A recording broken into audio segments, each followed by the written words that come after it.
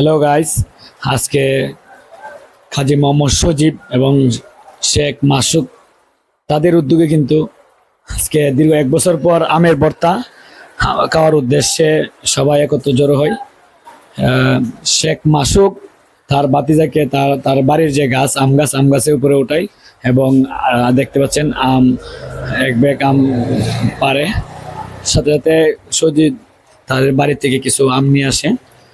তা আনার পর আমরা সবাই একত্র হওয়ার পরে আমরা চলে যাই হচ্ছে টিনিল্লাবাড়ির যে ব্রিজ সংলগ্ন যে গাছের যে মুস্তাক ভাইয়ের যে এখানে গাছ লাগানো কাঠ গাছের নিচে, এখানে অনেক পরিবেশ অনেক সুন্দর দেখতে পাচ্ছেন। একবারে ফ্রেশ আম গাছের থেকে পারা, একবারে ফ্রেশ ফরমালিন মুক্ত আম। এদিকে কাজী সজীব সে কিন্তু আম চুলানো শুরু করতেছে দেখতে পাচ্ছেন, এবং আমিও তাদেরকে সহযোগিতা করার জন্য কিছু আম ছড়িয়ে দেই, ছড়িয়ে ছেড়ে দিলাম।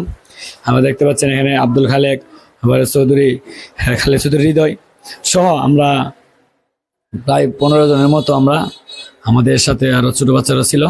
তো আমরা আজকের বর্তার আয়োজন করি।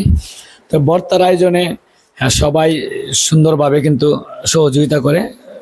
ভর্তা আসলে কিন্তু ভর্তার উদ্দেশ্যে না, গ্রাম বাংলা যে আসলে ঈদ উপলক্ষে একত্র হওয়ার যে একটা প্রবণতা বা ভালো লাগা, সবাই একত্র হয়। একত্র হওয়ার পরে প্রতি বছর এরকম আশা করি হয় আর কি, তারও ব্যতিক্রম নয়।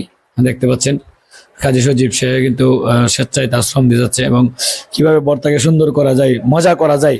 কারণ ভর্তা হচ্ছে এমন এক জিনিস যেটা দেখলে কিন্তু জিভা দিয়ে পানি আসে। আমের ভর্তা, কাঁচা আমের ভর্তা দেখতে পাচ্ছেন, একবারে ফ্রেশ কাঁচের আমের ভর্তা। তো ভর্তা করার পরে তারপরে সুন্দর করে সবাইকে ডিস্ট্রিবিউশন করা হয়, অনেক মজার, সবাই অংশগ্রহণ করে। ওকে, আল্লাহ হাফেজ।